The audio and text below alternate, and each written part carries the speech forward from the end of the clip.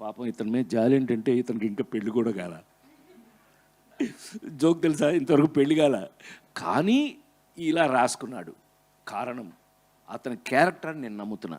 ఆ ఒక్క ముక్క నేను చెప్పాలి. ఎందుకనంటే పవన్ కుమారో ఏదో ఇతని పేరండి, వీళ్ళ నాన్న పెట్టిన పేరు, ఎక్కడ ఉండాలి వీళ్ళ నాన్న, ఆయన ఉంటారు, ఆయన ఎప్పుడు వెనకాలే ఉంటారు. అలాంటిది తన పేరులో వాళ్ళ అమ్మగారు చనిపోతే ఆ పేరులో సగం తీసేసి వాళ్ళ అమ్మగారు పేరు పెట్టుకుని పవన్ ప్రభ అయ్యాడు ఇతను. హ్యాట్స్ ఆఫ్ కదా. నిజంగా నిజంగా తల్లి అంటే నిజంగా నాకు అప్పుడు అనిపించింది, నిజమే. మా అమ్మ నాకు 9 ఏట చనిపోయారండి. ఆ తర్వాత మా అక్కయ్యలే అమ్మలాగా పెంచారు నన్ను. ఏదో తల్లి లేని బిడ్డని అని మమ్మల్ని ఎక్కడికి వెళ్ళినా కూడా మమ్మల్ని, అరే కూర్చోండి రా ముందు మీకు పెడతాం భోజనం అని, అనాథల్లాగా మమ్మల్ని ఎక్కడ కూర్చున్నా ముందు మాకు భోజనం పెట్టేవారు మా రిలేషన్స్ ఎవరింటికి వెళ్ళినా కూడా. సో అంటే ఇది ఎంత ఎందుకు చెప్పచ్చానంటే, సెంటిమెంటల్ ఫిల్డ్, ఒక సెంటిమెంట్తో ఉన్న ఒక వ్యక్తి ఒక సబ్జెక్ట్ రాస్తే ఆ సబ్జెక్ట్లో ఉన్న వెయిట్ ఏంటి, ఆ వెయిట్తో ఇవాళ ఏమైంది, కల్ట్ ఫిల్మ్ అయింది. ఆ రోజున మీరు ఆ రోజు నుంచి నా జీవితంలో చూస్తున్న పెళ్లి పుస్తకాలు కానీ, ముచ్చిబంతి ముద్దులు కానీ, ఒక లవ్ కోసం ఒక చెయ్యి నరికేసుకుని ఆ సినిమాలో ముచ్చిబంతి ముద్దు, ఆ అదృష్టం ఏంటంటే నటుడుగా ఆ స్వామి భగవంతుడు నాకు ఇచ్చినటువంటి అదృష్టం, కళాకారుడిగా ఆ యాంగిల్స్ అన్నీ చూపించే పరిస్థితికి నాకు క్యారెక్టర్లు రావటం, ఆ క్యారెక్టర్లు నేను చెయ్యాలి.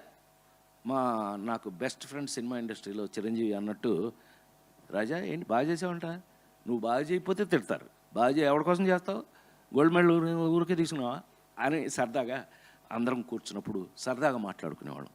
అలాగా నా బాధ్యత ఇవాళ షష్ఠి పూర్తి ద్వారా మీరందరూ థియేటర్లో నాకు ఎంత సంతోషం వేస్తుంది అని అంటే కనుక, కన్న తల్లిదండ్రులకి ఒక ఎలా మనం గౌరవించాలి అనేది నాకు ఆఖరికి జీవితంలో నాకు షష్ఠి పూర్తి చేస్తూ ఈ రూపేషును ఈ పవన్ వీళ్ళిద్దరు కలిపి తద్వారా మీ అందరికీ కన్న తల్లిదండ్రులకి గౌరవం ఇచ్చే పరిస్థితి తీసుకొచ్చినందుకు నిజంగా ఇలాంటి సినిమాలు ఇలాంటి సినిమాలు రావాలి ఎప్పటికైనా సరే. నిన్న ఏదో టాపిక్ వచ్చినప్పుడు అని అన్నాం, ఏమండి ఈ సినిమా హిట్ అవ్వడం ఎంత ఇంపార్టెంట్, మన కల్చర్ని, మన సంస్కృతి, మన సంప్రదాయాలని ప్రతిబింబిస్తూ ఎంటర్టైన్ చేస్తున్నటువంటి ఇలాంటి సినిమాలు ఇంకా ఎన్నో రావాలని మనస్ఫూర్తిగా మనం కోరుకుందాం. వీళ్ళు అదే కోరుకున్నారు. నా ఫ్యామిలీ మెంబర్స్ అందరూ వాళ్ళు అందుకని ఈ సినిమాని అంత బాగా ప్రమోట్ చేస్తారు. ఎందుకనంటే వాళ్ళకి నచ్చింది కాబట్టి. ఆ కన్న తల్లిదండ్రులకి ఇప్పుడు మీరు సినిమా చూసి ఎట్లయితే ఏం జరుగుతుంది తెలుసా, రూపేష్ కంగ్రాట్స్.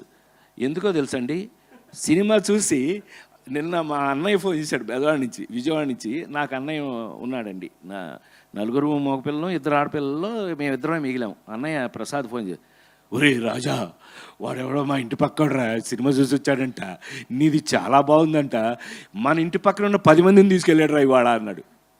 అమ్మ ఇదేదో బాగానే ఉంది.